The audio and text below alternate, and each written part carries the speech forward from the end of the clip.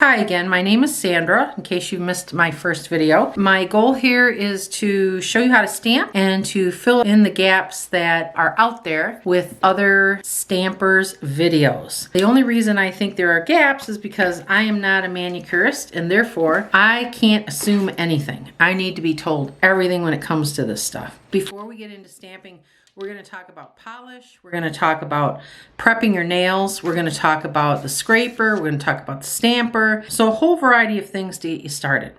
So the first thing you need to know is you definitely have to prepare your nails. What I would suggest, you get all the polish off your nails. The new nail polish that you're putting on can only be as good as your foundation. So if you got all kinds of bumps and you got nail polish hanging out on the sides, or your nails, you've got cotton dragged through it, or whatever the case may be, it's going to show up on your new manicure. You want to make sure that you take the time to take this stuff off and really make your nails nice and clean and ready, have a great paint surface to start your creation.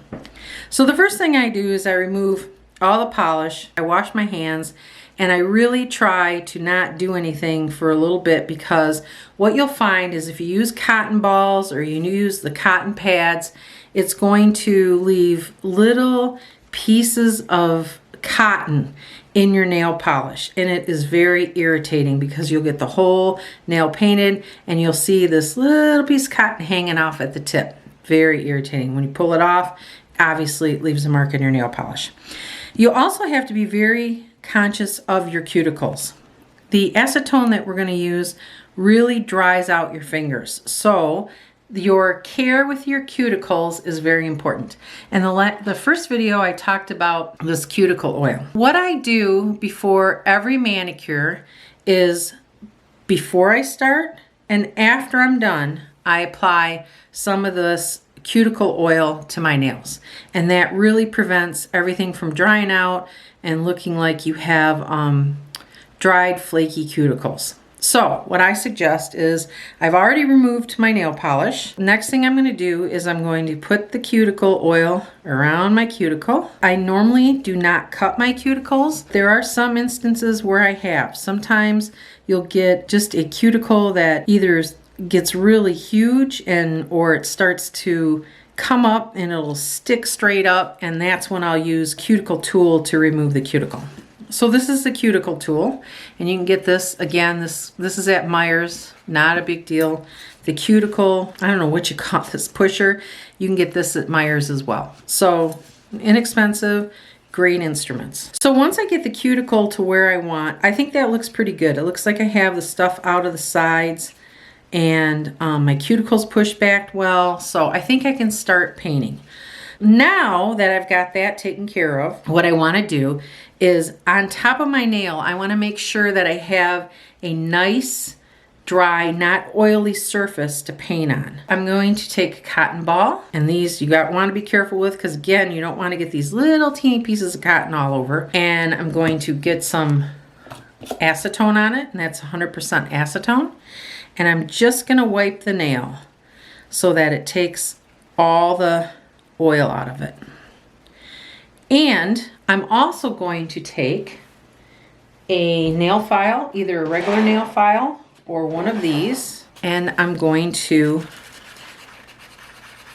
get the surface of my nail kind of rough, because this will help the polish actually adhere to the nail. I've already kind of taken off some of the oil, and now I'm going to just rough up this nail, and you don't want to do it too much or too hard. You just kind of want to rough up the surface. And by the way, I did shape my nails already. That would be another thing that you'd want to do, is shape your nail if it isn't correct. So now that I've roughed it up, I again want to just use that acetone to take off the little flakes and powder from my nail. Now that I've prepped the nails, now I'm going to paint. First thing that you want to start with is going to be a base coat. And as far as polishes go, when I used to just paint my nails, my favorite polish was this Miracle Gel by Sally Hansen. And although I still like this, This I got the long lasting nail polish, and it would last probably over a week. And this does not take a ultraviolet light, it's just a gel polish. So this is a great polish. When you're doing this nail stamping, if you prep your nails right and you use the top coats that are necessary, I don't have any problems using any kind of nail polish. My big thing now is what color do I need? So some lines will sell one color and some lines will not. So I have a variety of different makes of nail polish, and I think they all do a very good job and they all last about a week. So when you're picking nail polish, the brands really, in my opinion, don't matter. With the stamping, you're going to top coat it a couple times, and I have not found a difference between the expensive brands of polish and the more inexpensive brands of polish. Before I actually started stamping, I usually would use this Sally Hansen gel, and it really lasts a long time just by itself with a top coat. But it's expensive.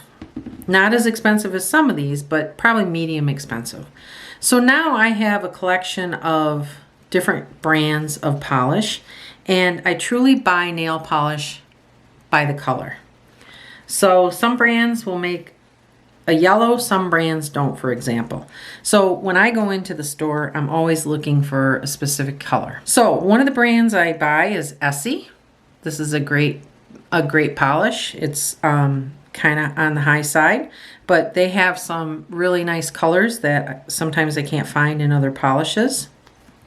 I use China Glaze, another good polish for stamping. You don't use this for stamping, but for painting your nails. I use OPI. They have some really nice colors. Orly, another one that has some really nice colors. Sally Hansen really has like 3 or 4 different kinds, or maybe it's 2 or 3, I don't know, of polish. And they've got the hardest nails, they have the gel, and they have, I think it's an extreme wear. Oh, this one is extreme wear, and they have one other kind. Those are very inexpensive polishes, and they work as well as the polishes that cost $13 a bottle. So I always go for these first because they're cheaper, and then if I can't find the color, then I have to go up in price. I also like Sinful Colors. These are reasonably priced nail polishes, and you can get these at Walmart. At Meijer, which is where I buy most of my polish, there is the Studio M polish. I believe that this is a polish that is made by Meijer's. So it is very reasonable, and it really comes in a lot of different colors. And this top coat, which is, well, I call it top coat, but it's unicorn horn. And this really gives a cool sheen to your nails once you paint them. Very reasonably priced. The other one that I found was Wet n Wild. I have a couple of Wet n Wild polishes, and those two are just as good as the other polishes as far as for what I use it for, which is just as a base for stamping. This I think I got at the dollar store. Now, I don't know about all the dollar store polishes, but I can tell you that this Wet n Wild is good. If I go to Meijer's, anything that Meijer sells, I've bought, and it's done well. And that's due to the reason I get longevity of my nails and my stamping is because of treating my nails prior to painting and because of using the top coat. It doesn't, in my opinion, it doesn't really matter what brand you buy. It's a matter of the prep that you do prior to and the top coating that you do once you're done.